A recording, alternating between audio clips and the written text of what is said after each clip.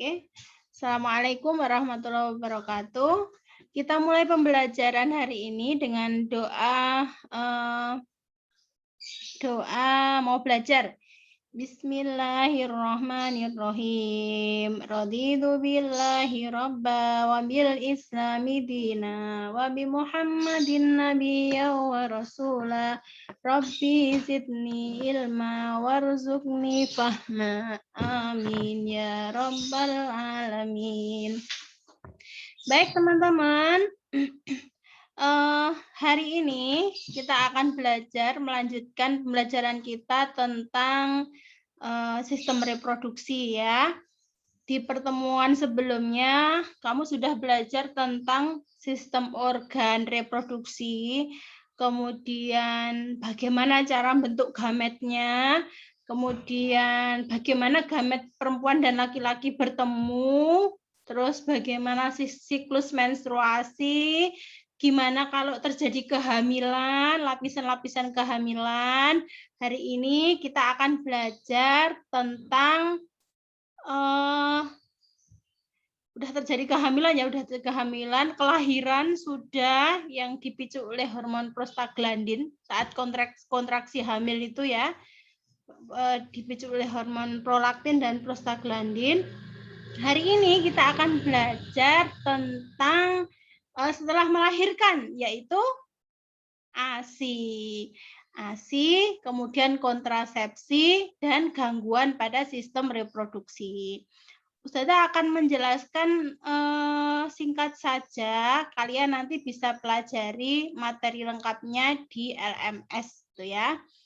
Nah, kita mulai ya. Saya share screen dulu.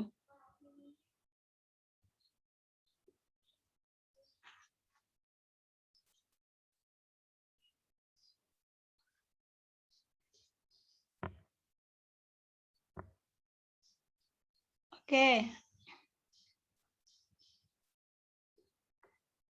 Nah, ASI teman-teman. ASI singkatannya apa? Apa Yasmin? Air susu ibu. Pinter, air susu ibu. Kamu dulu menyusu sampai berapa tahun, Min, Yasmin?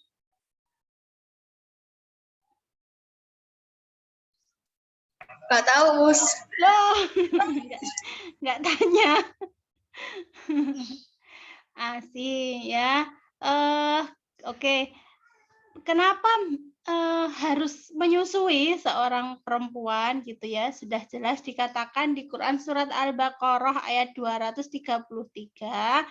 Dan bagi para ibu hendaknya menyusui anak-anaknya selama 2 tahun penuh, yaitu bagi yang ingin menyempurnakan penyusuannya. Nah, jadi ini kalimat hendaknya ini berarti dalam tafsirnya dia diartikan mendekati wajib walaupun tidak wajib gitu ya, tapi mendekati wajib, hendaknya gitu ya, hendaknya. Dan kalau ingin menyempurnakan persusuannya, maka seorang ibu harus menyusui anaknya sampai 2 tahun. Kemudian kewajiban ayah adalah memberi makan dan pakaian kepada para ibu dengan cara yang ma'ruf. Jadi tugas persusuan ini bukan hanya ibu, tapi ayah juga. Banyak sekali perannya ayah. Nanti saya sampaikan ke yang putra saja ya. Kalau peran ayah, kalau peran sekarang kita titik tekannya ke ibu, karena kan kalian nanti jadi calon ibu. Nah itu ya, jadi sudah tahu alasannya mengapa harus menyusui, karena ini adalah perintah di dalam Al-Quran. Oke, kemudian ini. Kenapa harus menyusui? Mosok kita mau kalah sama hewan ya? Hewan itu tidak ada yang disusui dengan susu formula, ya Ra? Kambing nyusu sama siapa? Kambing nyusu sama? Ibunya. Ibunya. Sapi nyusu sama? Ibunya. Kucing nyusu sama? Ibunya. Kalau anak manusia nyusu sama? Ibunya. Iya, ada nggak yang dikasih susu lain selain Ada susu aja. ibunya? Ada nggak anak manusia yang dikasih susu selain susu ibunya? Ada Ustazah. Ada, dan ini hanya terjadi pada anak manusia. Anak hewan nggak ada ya. Anak kambing dia nyusu sama induknya, nggak ada anak kambing yang dikasih susu hewan lain gitu ya, nggak ada. Nauzubillah. Jadi terkadang memang ya ternyata apa manusia itu di satu sisi dia kalah sama hewan gitu ya. Hanya manusia yang memberikan susu selain susu ibunya gitu ya. Di sini nggak ada, di sini nggak ada. Semua nyusu ke ibunya masing-masing. Nah, kenapa harus menyusui? Ternyata ada banyak sekali manfaat karena udah disyariatkan Allah, itu berarti kan banyak manfaat ya dari ASI. Nah, ASI ini dia keluarnya kapan?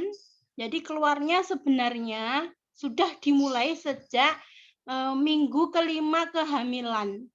Jadi minggu kelima kehamilan hormon progesteron itu mensimulasi adanya kelenjar-kelenjar ASI. Gitu. Nah, sampai kemudian akhir kehamilan ketika progesteron turun gitu ya, maka akan naik namanya hormon prolaktin. Nah, hormon prolaktin inilah yang merangsang keluarnya air susu dari saluran-saluran yang dibentuk oleh progesteron tadi. Nah, itu ya, jelas sampai sini. Nah, ada banyak manfaat dari ASI ini ya. Yang pertama adalah bayi yang menyusu dengan ASI, air susu ibu ini, sistem kekebalan tubuhnya lebih kuat gitu. Jadi biasanya bayi itu menyusu hanya ASI saja sampai usia 6 bulan. Nah, sampai usia 6 bulan. Setelah 6 bulan baru nanti dia akan diberikan MPASI atau makanan pendamping ASI. Makanan pendamping ASI. Kalau dikaitkan dengan sistem pencernaan, makanan pendamping ASI yang paling bagus kita berikan di awal adalah makanan yang tidak perlu dicerna. Makanan yang langsung diserap. Nah, di antara karbohidrat, protein, lemak, kemudian air, itu vitamin, itu yang tidak perlu dicerna apa? Kata siapa kemarin? Usintan. Dia langsung diserap apa? Di antara lemak, karbohidrat, protein, vitamin, air. Apa yang langsung diserap adalah vitamin dan air. Maka ini adalah anjuran bayi pertama kali diberikan MPASI, maka diberikan makanan yang banyak mengandung vitamin saja. Ya, yaitu biasanya jus buah gitu ya. Jus buah karena dia langsung terserap oleh usus halus, tidak perlu dicerna lagi. Tuh, jadi 6 bulan eksklusif hanya ASI saja. Setelah itu baru diberikan pendamping ASI. Pendamping ASInya sampai 2 tahun ya, 2 tahun minimal seorang ibu menyusui kalau mau menyempurnakan penyusuannya. Manfaatnya pertama, sistem kekebalan tubuh bayi lebih kuat karena di dalam ASI terdapat antibodi. Ya, antibodi IgM namanya, imunoglobulin. IgM. Antibodi kan ada banyak macam, nanti kalian belajar sama Usintan. Nah, banyak antibodinya sehingga mengurangi adanya alergi pada bayi. Ada banyak antibodinya. Jadi biasanya bayi yang menyusu penuh 2 tahun itu dia tidak mudah sakit. Walaupun dia tidak divaksin gitu ya. Anak saya yang kedua itu dia tidak divaksin, tapi subhanallah kekebalan tubuhnya bagus. Kemudian yang kedua membuat si kecil cerdas. Nah, ini penelitian membuktikan bahwa ternyata bayi yang disusui oleh ibunya itu dia lebih cerdas daripada bayi yang diberikan formula atau tidak disusui oleh ibunya. Karena apa? Dalam ASI itu terdapat asam lemak. Nah, asam lemak ini yang berperan penting untuk kecerdasan otak bayi. Yang ketiga, nah ini buat kalian ibu-ibu, berat badan ideal. Bukan, buat si bayi berat badannya ideal. Ya, tidak obesitas ya, tidak obesitas. Kenapa? Karena ASI ini dia menghambat produksi hormon insulin. Hormon insulin itu yang nanti akan banyak memicu lemak pada bayi. Nah, selain itu ASI juga mengandung kadar leptin. Leptin itu apa? Hormon yang memiliki peranan dalam menimbulkan rasa kenyang. Jadi metabolisme bayi itu kan tinggi ya. Tinggi, tidak masalah ketika dia minum ASI karena dia menimbulkan rasa kenyang. Yang keempat, tulang bayi lebih kuat. Ya, tulang bayi lebih kuat karena tercukupi kebutuhan kalsiumnya. Nggak perlu ditakar ya, Cah. Kalau ASI itu pokoknya berikan aja, tidak perlu ditakar. Ini kalsiumnya berapa ini. Kalau beli formula kan beda ya. Yang kelima, mendapatkan limpahan kolesterol. Nah, mendapatkan limpahan kolesterol. Kalau bagi orang tua, kolesterol itu kan berbahaya, tapi bagi bayi tidak. Ini justru sangat dibutuhkan untuk menunjang tumbuh kembangnya bayi tersebut. Kemudian mengurangi resiko terjadinya sindrom kematian mendadak pada bayi. Ada yang bayi yang dikasih makanan macam-macam tiba-tiba mendadak meninggal gitu ada ya. Kalau ASI aman. Memperkuat hubungan batin antara ibu dan anak. Jelas ya kalau menyusui itu kan ibu dan anak kan bersentuhan ya, bersentuhan sehingga meningkatkan hubungan emosional. Kemudian tubuh lebih cepat langsing bagi seorang perempuan. Karena apa? Termasuk ini ya, apa?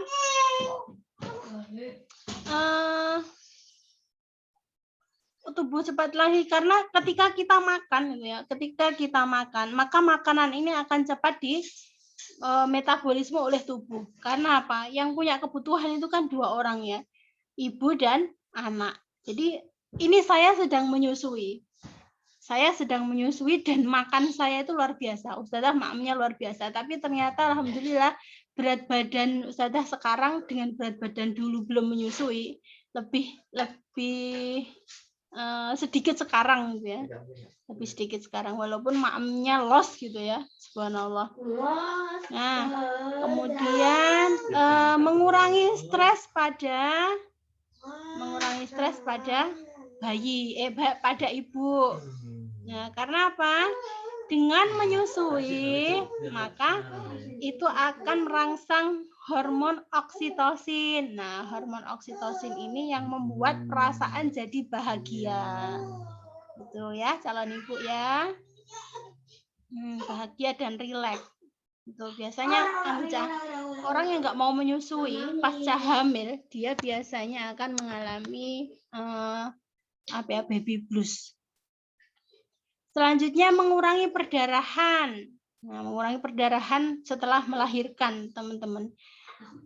Karena setelah melahirkan itu kan dinding rahim itu kan berkontraksi ya, berkontraksi untuk mengeluarkan darah nifas. Nah, maka ini akan ditahan oleh dengan kita menyusui. Yang selanjutnya resiko terkena kanker menurun. Nah, orang yang tidak menyusui biasanya akan kemungkinan besar terserang kanker payudara atau diabetes mellitus ternyata, teman-teman. Jadi meningkatkan resiko diabetes mellitus dan kanker payudara bagi orang-orang yang tidak mau menyusui. Yang terakhir adalah yang selanjutnya hemat uang. Nah, jelas ya hemat uang, hemat tenaga. Bayangkan Hemat uang, katakan begini. Kita kan kalau mau menyusui tinggal makan banyak, habis itu dikasih pertama banyak gizi, steril, dan tidak perlu kita mikir-mikir, oh ini karbohidratnya kurang, glukosanya kurang, vitaminnya kurang. Semua sudah diatur oleh tubuh kita dan kita sepaket dalam bentuk ASI. Oh ya toh. Efektif, efisien, diatur oleh tubuh kita. Nah, kemudian tapi kalau kita belikan formula gitu ya, bayangkan susu formula itu biasanya susu sapi ya, dia dalam bentuk cair, kemudian keluar dari sapi, steril atau enggak, yang pertama. Yang kedua, biasanya dijadikan serbuk. Dari cair dijadikan serbuk itu biasanya dengan pemanasan yang sangat tinggi. Nah, padahal kandungannya kan protein tuh. Protein itu mudah terdenaturasi, mudah pecah dengan pemanasan, apalagi pemanasan yang sangat tinggi. Jadi kalau kita ngasih anak-anak kita susu formula, kira-kira itu gizinya masih ada enggak? Jelas udah proteinnya udah habis, apalagi lemaknya gitu ya. Itu makanya biasanya anaknya obesitas nanti. Dan yang terakhir adalah KB alami. Nah, teman-teman, jadi dengan menyusui maka kita tidak perlu bisa beberapa orang bisa menjadikan KB alami karena dengan pengeluaran hormon oksitosin ini akan menghambat GnRH. GnRH itu hormon yang merangsang pengeluaran FSH dan LH. Ya, FSH LH, tahu FSH LH? Itu kan fungsinya mensimulasi sel telur toh. Nah, sehingga dengan menyusui kita tidak bertelur sebagai KB alami. Sampai di sini ada pertanyaan, teman-teman? Ada? Yasmin? Ya, Sal?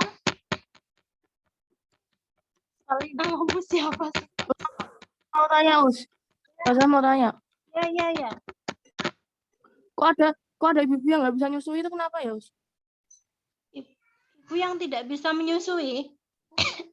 Tidak bisa apa tidak mau? Tidak bisa. Kenapa? Katanya kenapa? Karena kerja. Nggak tahu, tapi banyak katanya ada yang bukan karena kerja, karena katanya nggak bisa gitu, Us. Ada apa gitu, Us? Nggak keluar.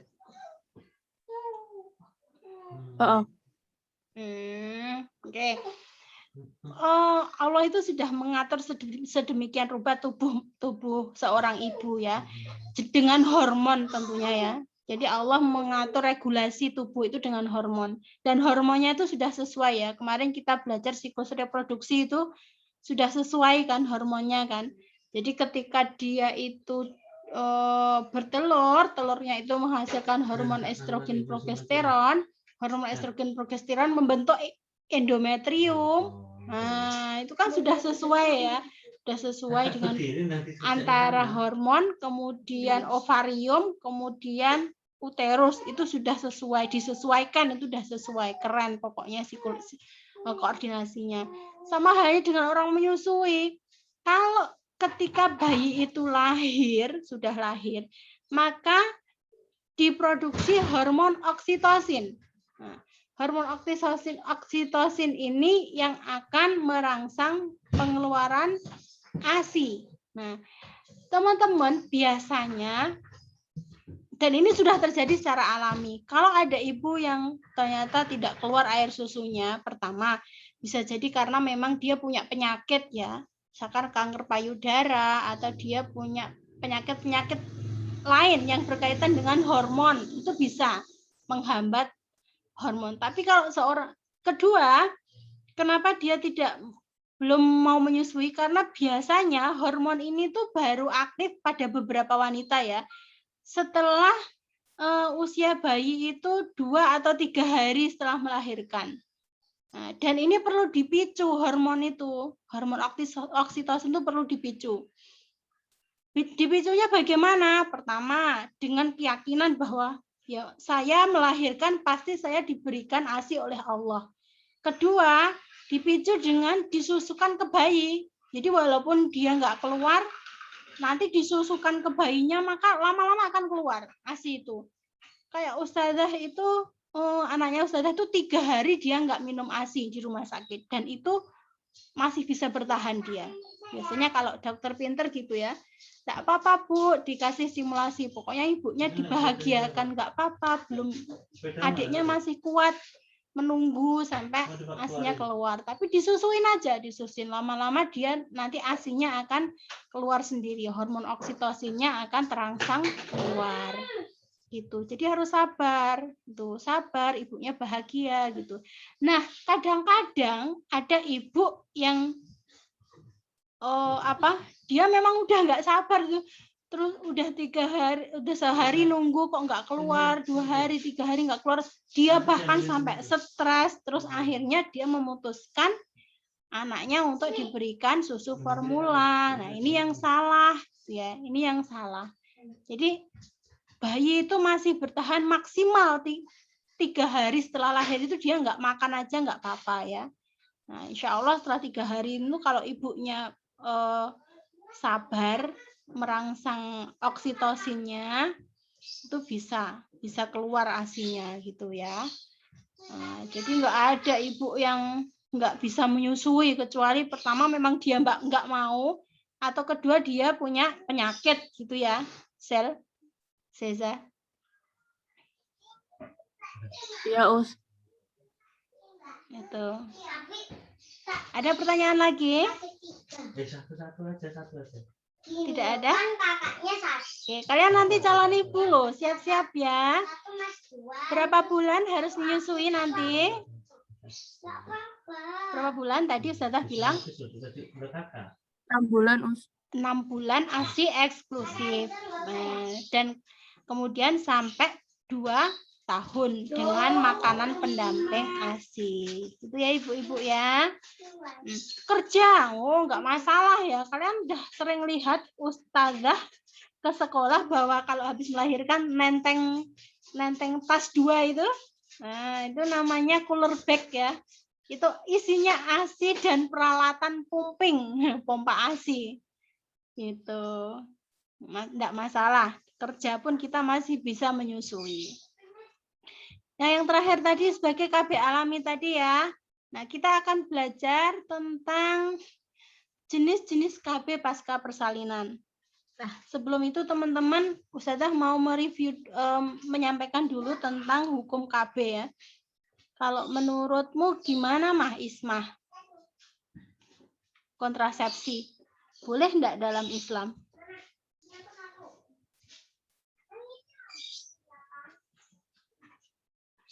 Ismah?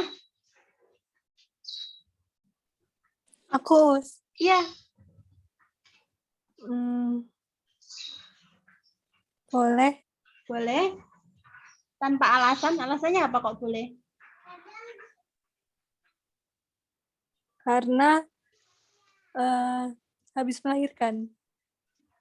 Boleh. Kalau nggak habis melahirkan? Pak Fatih nggak nge-zoom lagi.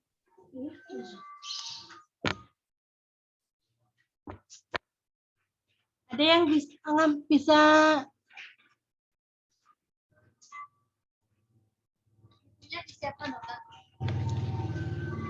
ayo, saya punya catatan ya.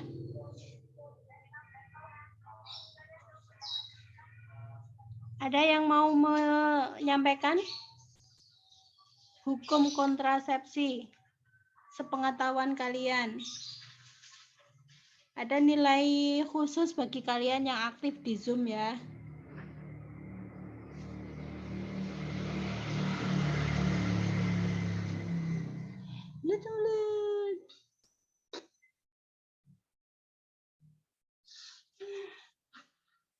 Ayo, ada yang mau berpendapat?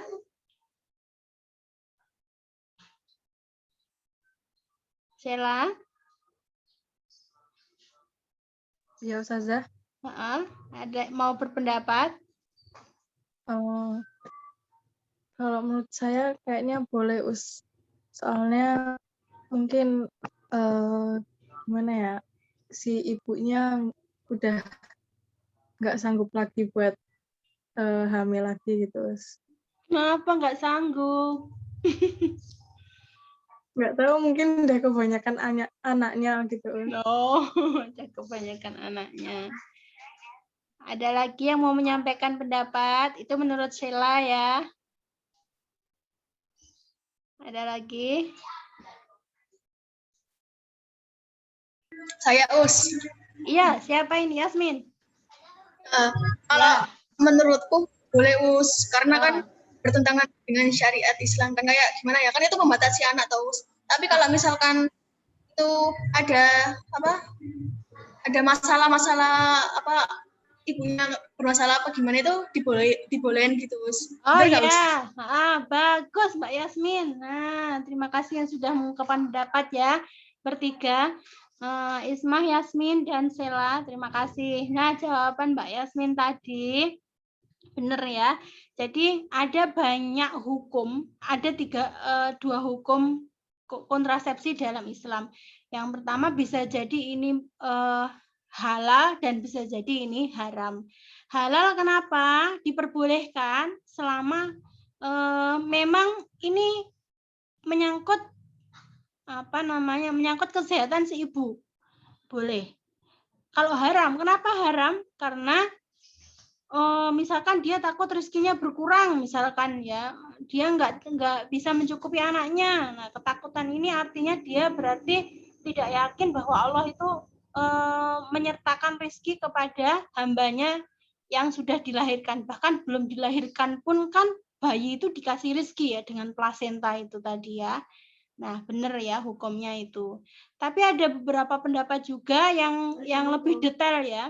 Misalkan kontrasepsi, beberapa kontrasepsi ada yang dihalalkan, ada yang diharamkan, macam-macamnya, sesuai macam-macam kontrasepsi ya. Nah, yang pertama ini. Jadi kontrasepsi itu ada kontrasepsi secara hormonal, mekanik, dan alami. Kalau hormonal itu dia mempermainkan hormon, biasanya penambahan hormon progesteron. Kalau hormon progesteron ditambahkan, biasanya kan dia akan apa Cah? Kamu belajar di siklus reproduksi kemarin, kalau progesteronnya tetap di dalam tubuh tetap tinggi, maka apa yang terjadi? Maka FSH-nya turun. FSH-nya turun, betul. Kalau progesteronnya tinggi, FSH-nya turun. Kalau FSH-nya, siapa yang jawab tadi? Hani, Us. Hani, betul. FSH-nya turun. Kalau FSH-nya turun, maka Sel telurnya tidak diproduksi. pinter. Nah, itu ya biasanya hormon progestin yang masuk. Itu hormonal. Hormonal itu apa saja? AKDR. Ini ada yang hormonal ya. AKDR itu alat kontrasepsi dalam rahim atau spiral. Nah, spiral dan T dimasukkan ke dalam rahim ya ini ya. Terus ini ada talinya ini nanti gelember gitu ya, di luar vagina. Maaf, di luar vagina. Terus ininya dimasukkan ke dalam rahim. Nah, ini ada yang mengharamkan. Karena apa? Ini akan meluruhkan sel telur yang sudah dibuahi. Caranya begitu. Jadi ada sel telur sudah dibuahi, sudah menjadi zigot, kemudian nempel di dinding rahim, terus kegaruk pakai ini, sehingga sistemnya hampir sama kayak abortus atau aborsi itu ya. Makanya ini ada yang mengharamkan.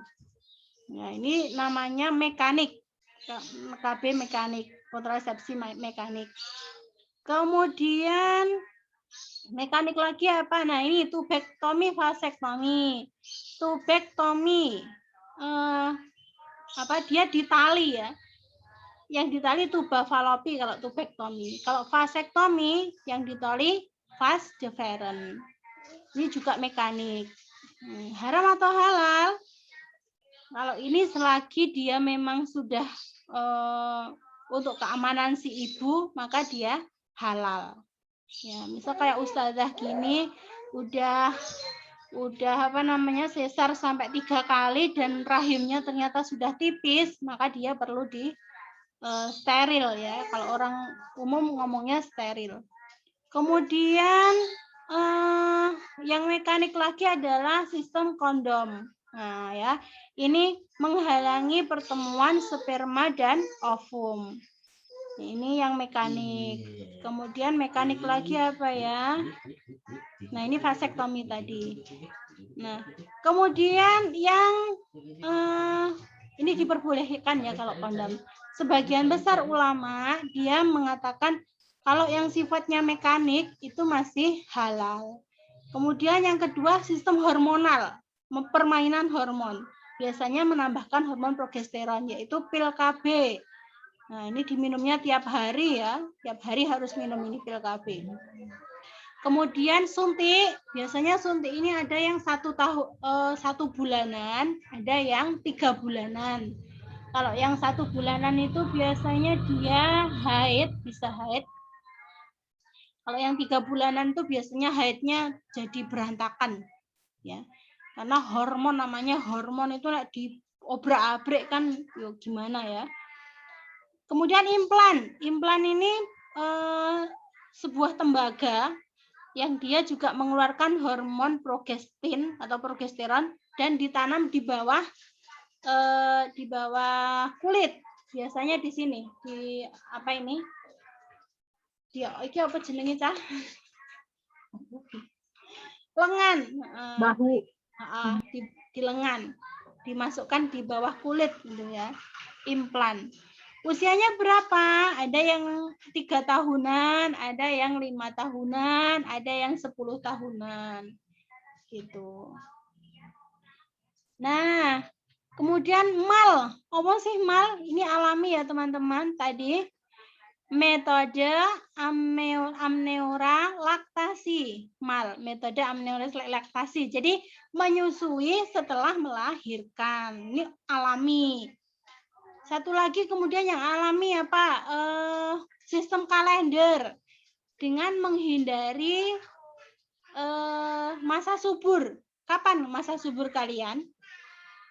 Kemarin sudah belajar. Masa subur kita kapan?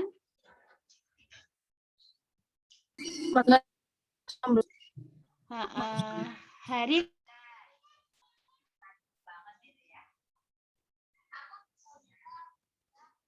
ya. Kita lanjutkan ya. Share screen-nya masih kelihatan, Sel? Hilang saja. Hilang.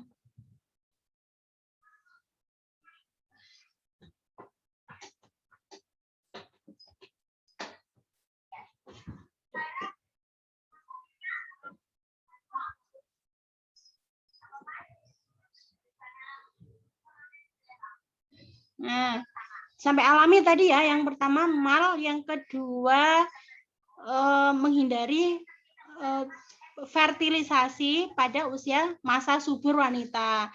Biasanya terjadi pada hari ke-14, 15, 16, dihitung dari hari pertama haid. Saat ovulasi itu ya. Itu. Kemudian yang ketiga dengan coitus interruptus atau bahasa Arabnya azl ya. Azl itu dia mengeluarkan mani di luar vagina. Itu diperbolehkan. Terus apa lagi yang ini ya, yang alami. Nah, itu saja. Nah, jadi kalau kondom ini ada yang untuk perempuan dan ada untuk laki-laki, teman-teman. Oke. Wes, ada pertanyaan tentang kontrasepsi? Ada? Tidak ada? Tidak ada. Kita lanjut ke kelainan pada kontrasepsi.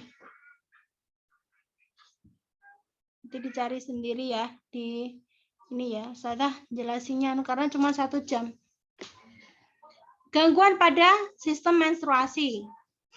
Ini pada wanita dulu, gangguan pada alat reproduksi wanita. Yang pertama adalah gangguan menstruasi. Ada 2, yaitu amniora primer dan sekunder. Bedanya kalau primer itu terjadi menstruasi sampai usia 17 tahun dengan atau tanpa perkembangan seksual sekunder. Nah, biasanya sulit hamil orang-orang yang begini ya. Tidak terjadi menstruasi sampai usia 17 tahun.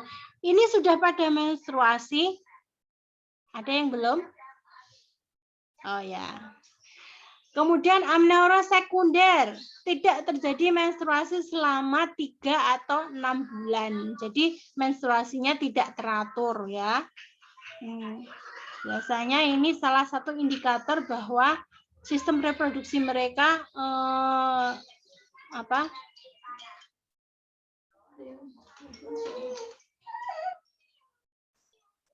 Ada yang telepon Bang Gita ya. Nah, yang kedua, kanker serviks. Kenapa timbul kanker? Karena ada sel-sel yang tumbuh di lapisan epitel serviks. Serviks itu dinding rahim. Ya.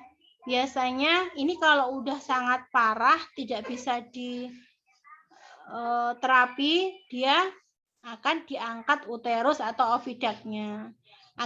Nah, ini bisa dihindari teman-teman kanker serviks ini dengan menjaga kesehatan. Menjaga kebersihan vagina. Kemudian kanker ovarium. Sama ya, ada sel-sel abnormal yang tumbuh di dalam ovarium. Biasanya nanti diangkat ya kalau udah parah, ovariumnya diangkat. Endometriosis adalah jaringan endometrium yang dia tumbuh di luar uterus. Nah, endometrium, jadi dinding rahimnya berada di luar uterus. Nah, biasanya kalau haid dia akan sangat sakit, ya. Infeksi vagina, ada bisa berupa keputihan, gatal-gatal, gitu ya. Biasanya karena jamur, infeksi dan bakteri. Kita sebagai seorang perempuan dijaga ya kebersihan alat kelaminnya dengan cara itu tadi yo ganti celana dalam tiap hari, kemudian dibiasakan selalu kering, terus membasuh dengan air hangat, misalkan kita lakukan seminggu sekali dengan air sirih, itu nggak perlu pakai sabun ya teman-teman, karena di vagina kita itu ada bakteri baik yang dia menjaga keasaman dan kebasahan vagina. Kalau itu kena cairan sabun, dia justru akan mematikan bakteri-bakteri baiknya. Selanjutnya gangguan pada reproduksi pria. Yang pertama hipogonadisme. Hipogonad, gonad itu kelenjar gonad itu ya. Hipo itu berarti turun. Jadi penurunan fungsi testis yang disebabkan oleh gangguan interaksi hormon. Hormon yang memicu pertumbuhan testis adalah androgen dan testosteron. Nah, ini biasanya kalau estrogen testosteronnya rendah pada pria akan menyebabkan pria tersebut tidak subur ya, atau infertilisasi dan impoten. Tahu impoten? Impoten itu apa? Impoten itu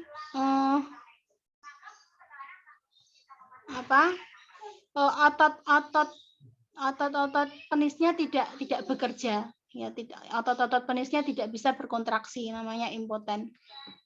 Selanjutnya kriptorkidisme merupakan kegagalan dari satu atau kedua testis untuk turun dari rongga abdomen.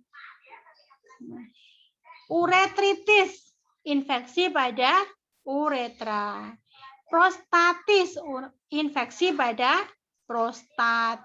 Nah, biasanya cowok begitu ya. Nah, ini bisa dihindari dengan biasanya yang sering prostat itu mereka yang pipisnya sambil berdiri, teman-teman. Nah, adiknya yang cowok atau kakaknya dibilangin nanti ya, kenapa kalau pipis berdiri bisa memicu prostat?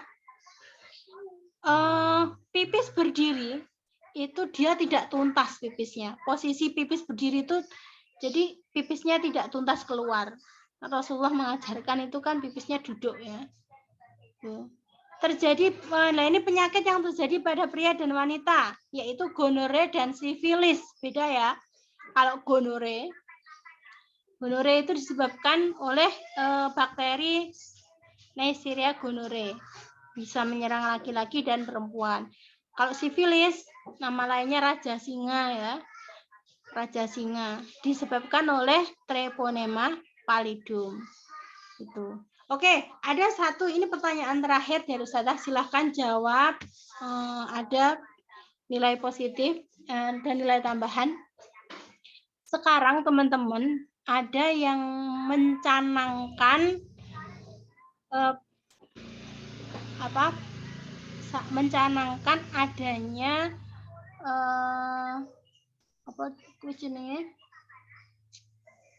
penggunaan kondom. Nah, penggunaan kondom untuk menghindari pergaulan bebas. Nah, menurut kalian bagaimana?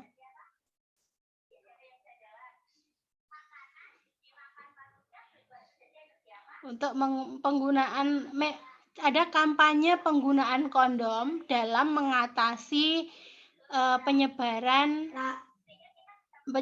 penyakit dalam pergaulan bebas remaja.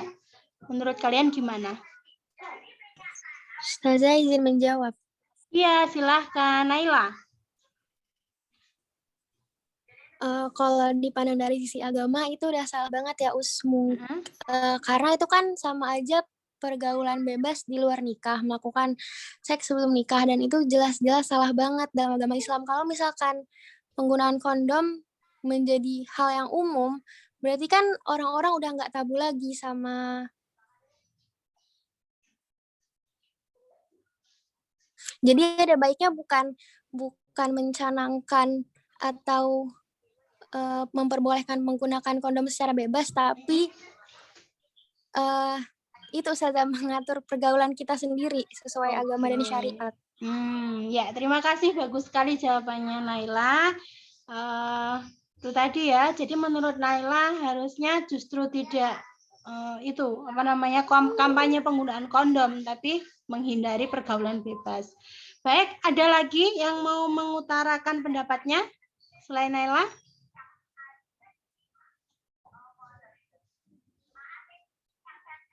Ada? Tidak ada? Oke, jika tidak ada, materi kita sampai di sini dulu teman-teman. Sudah lebih dari 10 menit pelajaran kita. Terima kasih atas kehadirannya dan terima kasih sudah mentaati adab-adab dalam majelis daring ya, walaupun dalam daring. Ustazah doakan ilmunya bermanfaat, dan pesan Ustazah setelah ini pertemuan selanjutnya adalah penilaian harian ya, penilaian harian. Jadi persiapkan belajar, pekan depan kita penilaian harian.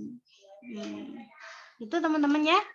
Mari kita akhiri dengan bacaan hamdalah dan doa kafaratul majelis.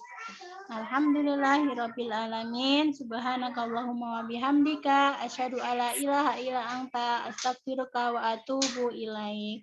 Wassalamualaikum warahmatullahi wabarakatuh. Waalaikumsalam warahmatullahi wabarakatuh. Jazakallah Ustazah. Pak Yaki teman-teman. Pak Yaki.